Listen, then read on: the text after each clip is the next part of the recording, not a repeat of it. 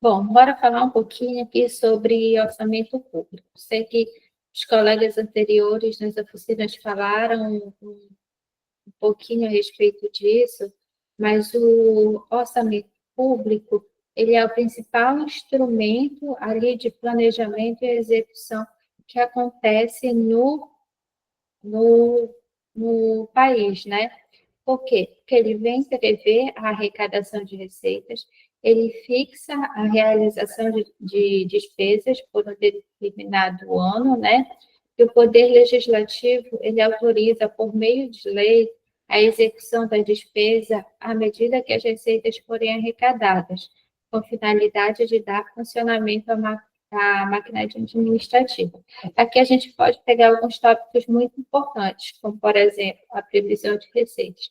Previsão de receitas ela é essencial. Então, como é que o governo ele faz essa previsão? Ele utiliza critérios técnicos, projeções econômicas, como o PIB, a taxa de câmbio, a arrecadação tributária, entre outros fatores, como a balança comercial. E a partir disso, ele vai analisar quanto é que no ano de vou falar do ano de 2026 agora, como é que quanto é que em 2026 o governo vai arrecadar. E a partir disso, ele vai fixar as despesas, ou seja, distribuir o orçamento entre os ministérios, entre as políticas públicas e entre todos os setores governamentais. Também é importante verificar que há uma necessidade de autorização. A LOA ela é aprovada a nível do Poder Legislativo. Por quê? A partir dela ser aprovada, isso significa que todas as despesas que estão lá, elas estão autorizadas ou aptas a serem executadas. Mas essa execução, ela está condicionada à receita arrecadada, ou seja, previ lá 1 bilhão hipoteticamente, tá? Previ 1 bilhão de despesas, mas só arrecadei meio bilhão. Posso continuar executando? Não, não posso. E aí o governo ele vai precisar tomar uma série de medidas para fazer esse balanceamento, que se chama de equilíbrio, entre as receitas e as despesas. E aí ele pode tomar uma série de medidas, como contingenciamento, bloqueios, que eu vou falar um pouco mais lá na frente. E é o orçamento público que é a ferramenta que ela é essencial para executar todas as ações que a gente conhece, como as ações de saúde, as ações que a gente conhece no setor público, tá? Como ações de saúde, educação, infraestrutura, entre outras medidas. E é o que proporciona também o funcionamento da máquina pública no dia a dia. Gente, caso vocês tenham alguma dúvida, eu não estou vendo o chat, vocês podem ligar o microfone e falar, tá? Fiquem à vontade.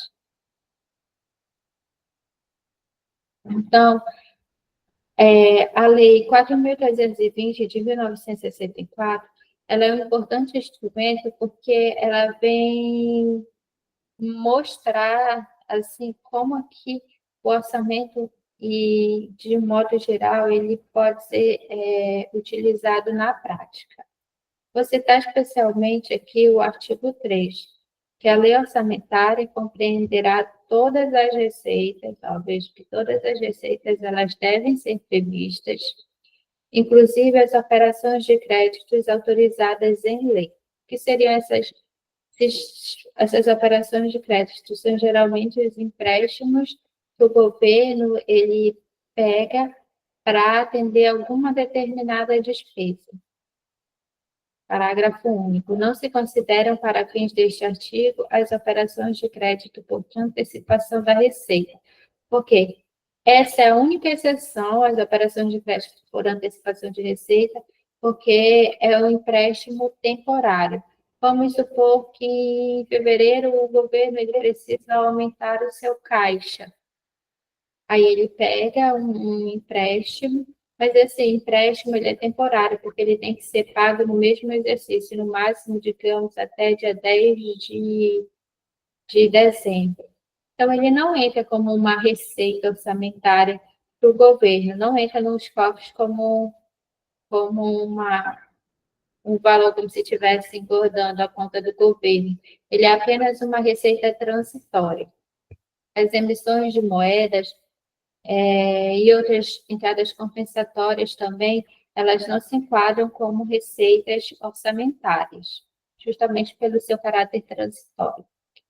Artigo 35. Pertence ao exercício financeiro as receitas nele arrecadadas, ou seja, todas as receitas arrecadadas no exercício. A receita ela fica vinculada ao exercício arrecadado. Mas tá, e se eu não executar a receita que foi arrecadada em 2024, por exemplo? Isso já aconteceu na Copa, da gente ter receita, não ter orçamento, não conseguir executar. E como proceder? Aí a gente precisa fazer, junto ao MEC, uma estimativa daquele valor e solicitar uma operação orçamentária do tipo em que altere de receita arrecadada no exercício para receita arrecadada em exercício anterior, para poder ser executado. Então, assim, não é um trâmite muito fácil, por isso que a gente sempre está orientando aqui na Diplan que se a unidade vai arrecadar em 2025, que ela precisa executar esse orçamento financeiro em 2025 e não ultrapassar o exercício. E também as despesas nele legalmente empenhadas. Artigo 57. Ressalvado o disposto no parágrafo único do artigo 3 desta lei, serão classificadas como receita orçamentária, sobre rubricas próprias, todas as receitas arrecadadas, inclusive as provenientes de operação de crédito, ainda que não prevista no orçamento. Como existe o princípio da universalidade, quando a gente pode pegar o exemplo aqui da UFOPA mesmo. Quando a gente está elaborando o plano de gestão orçamentária, nós não temos as informações de todas as receitas, todas as despesas que vão acontecer no ano. A gente tem projeções. Com base nessas projeções, nós fazemos as propostas, né? Mas ao longo do exercício pode surgir novas receitas, tanto que existe o período para fazer reestimativa, quanto novas despesas que a gente precisa adequar. E isso se enquadra ali no princípio da universalidade, porque precisa fazer esse replanejamento. Na LOA, esse replanejamento também é feito, não é só no PGA.